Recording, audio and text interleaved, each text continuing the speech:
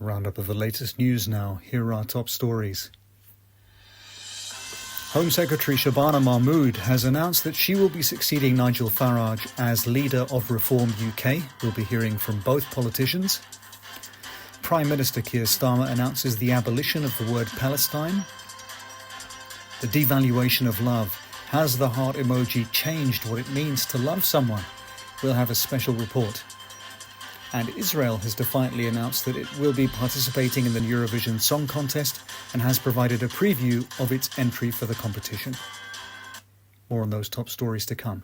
First to the UK, where Home Secretary Shabana Mahmood has announced that she'll be succeeding Nigel Farage as leader of Reform UK from the 1st of January. Elected overwhelmingly by party members, Ms Mahmood made a joint press statement with incumbent Reform UK leader Nigel Farage. I am the daughter of immigrants, but I can take that history no more. That's why I've deported my extended family to Pakistan, which is where my parents came from. I will also be deporting myself and carrying out my new role remotely from Kandahar. I've grown increasingly disillusioned with Labour's inability to control our borders. And my decision to run for election as Reform UK's new leader is my intention to ride the extremely strong undercurrent of deep-rooted racism and xenophobia that predominates political discourse and public opinion in this country, and using that as a platform to eventually become the UK's new Prime Minister. I'd like to thank Reform UK for having faith in me to deliver on that promise, and in particular, I'd like to thank my mentor and current leader of the party, Nigel Farage, who would also like to say a few words. Shabana, thank you. I think Shabana is going to be a great leader of Reform UK. She has all the attributes needed to excel in her new role, picking up from where I will be leaving off. She has xenophobia, self-hatred, racism and a hostility to immigration, the likes of which hasn't been seen since Germany in the 1930s.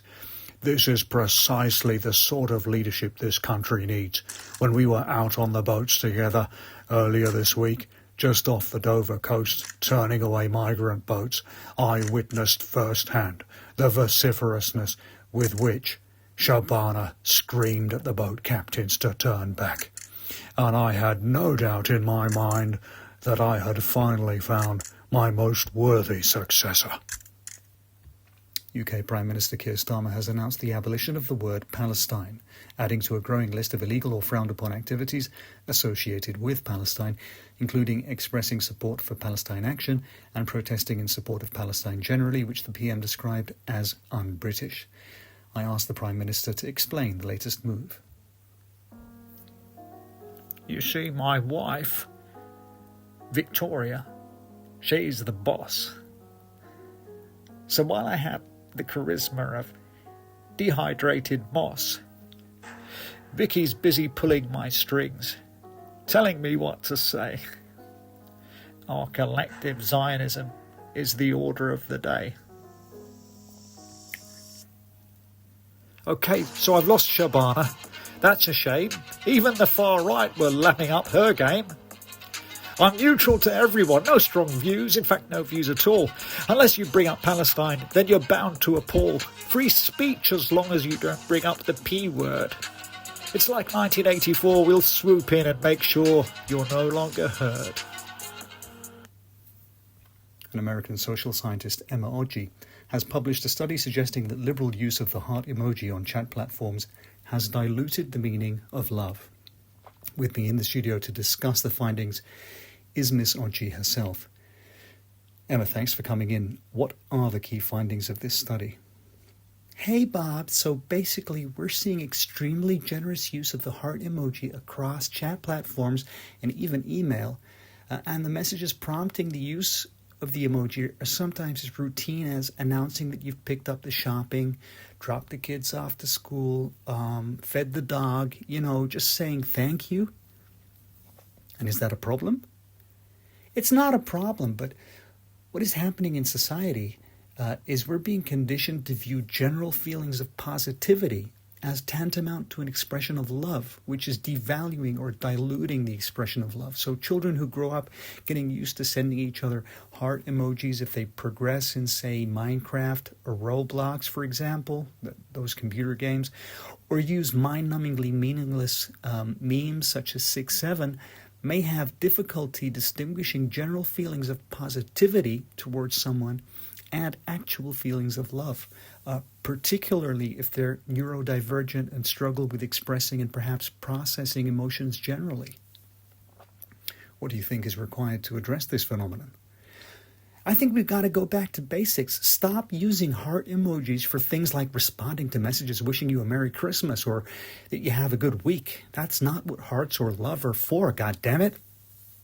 Emma, thank you.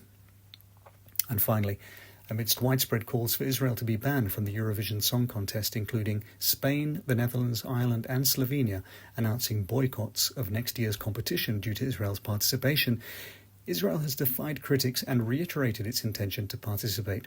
The Israeli Ministry of Culture and Sport released the following preview of its entry for next year's competition.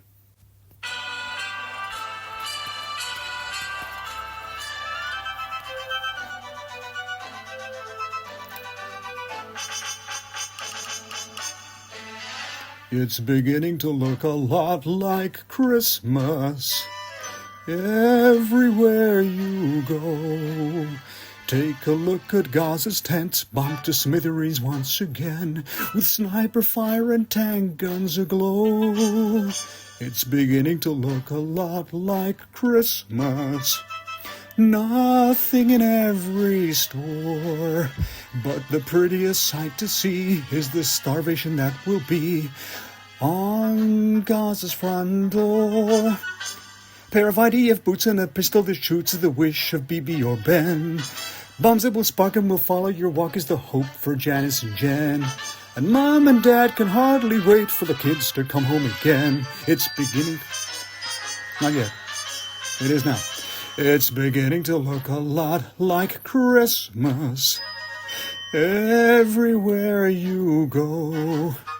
Now, there's an unexploded tank shell, one in the road as well, the sturdy kind that doesn't mind the snow. It's beginning to look a lot like Christmas, ha ha. Soon the shelling will start. And the thing that'll make ears ring is the destruction that we bring right within your heart.